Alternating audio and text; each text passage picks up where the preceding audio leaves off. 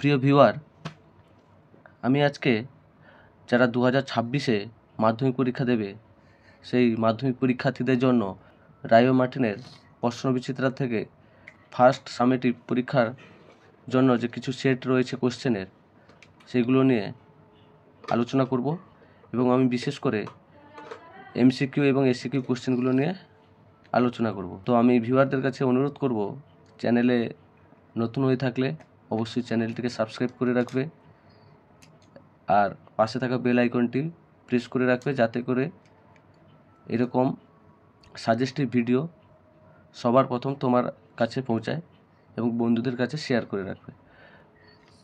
তো চলো ভিডিওটা শুরু করা যাক। দেখো, পেজ নাম্বার হচ্ছে গিয়ে 194। আজকে জীবনবিজ্ঞান এই সাবজেক্ট নিয়ে আলোচনা করব। পেজ নাম্বার হচ্ছে 194।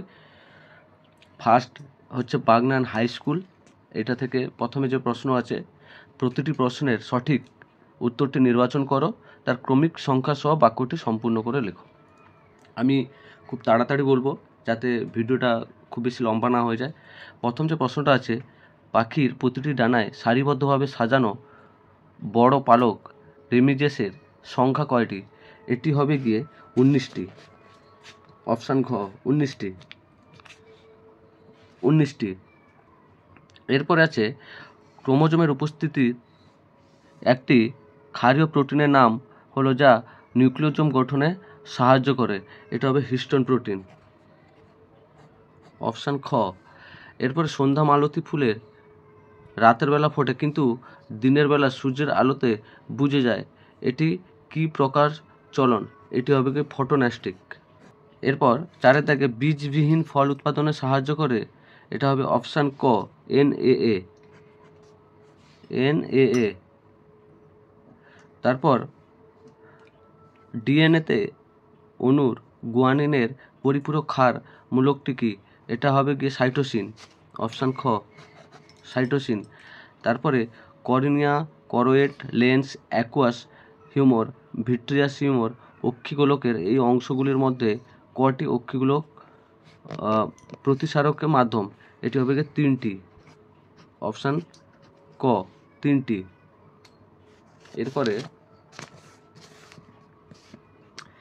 এরপর 7 দাগে আছে, অ্যাড্রিনালিন সম্পর্কিত প্রদত্ত কোন বক্তব্যটি সঠিক নয়? এটা হবে অপশান ক বয়ঃসন্ধিকালে শুক্রাণু উৎপাদনে সাহায্য করে। এটা সঠিক নয়।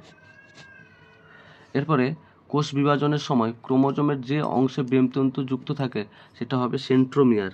অপশান ঘ সেন্ট্রোমিয়ার।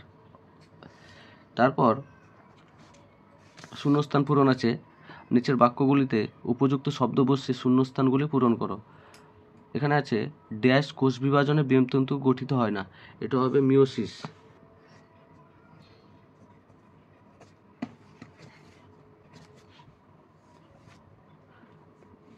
তারপরে 2 দাগে আছে, বন চাঁড়াল উদ্ভিদে ড্যাশ চলন দেখা যায়। এটা হবে গিয়ে রস স্ফীতিজনিত চলন।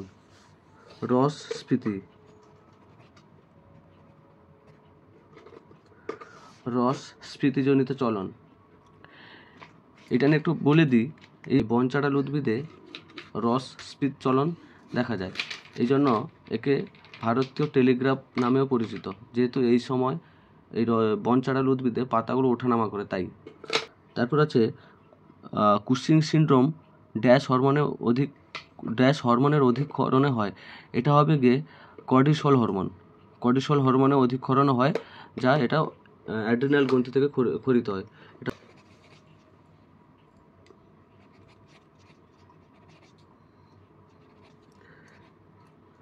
Cortisol hormone. এরপর আছে, নিচের বাক্যগুলি সত্য অথবা মিথ্যা নিরূপণ করো। প্রথমে আছে, জিব্বেরেনিল হরমোন উদ্ভিদের পরিপক্ক বীজে সংশ্লেষিত হয়। এটা হবে মিথ্যা। অ্যাকচুয়ালি জিব্বেরেনিল হরমোনটা উদ্ভিদের বৃদ্ধি ও উন্নয়ন ঘটায়। এটা মিথ্যা হবে। তারপরে আছে, হাঁচি ও কাশি হলো সহজাত প্রতিবর্ত ক্রিয়া। এটা ঠিক, এটা সত্য। তারপরে ক্রোমোজোমের দুই প্রান্তকে স্যাটেলাইট বলে, এটা হবে মিথ্যা। অ্যাকচুয়ালি ক্রোমোজোমের দুই প্রান্তকে বলে টেলোমিয়ার, তাই এটা হবে মিথ্যা, এটা হবে মিথ্যা।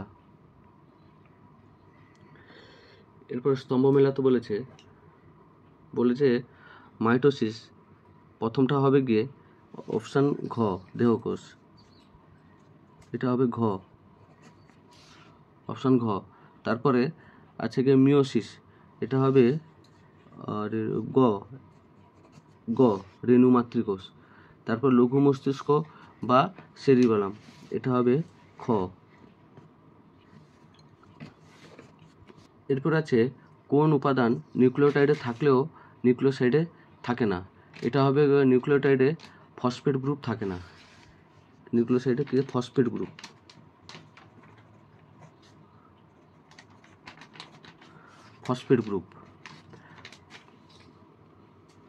এরপরে বলেছে নিচে 4টি বিষয়ের মধ্যে 3টি একটি বিষয়ের অন্তর্গত, সেই বিষয়টি খুঁজে বার করে লেখো, সেটা হবে গিয়ে থাইরয়েড হরমোন প্রভাবের ফলে, থাইরয়েড হরমোন হবে এটা।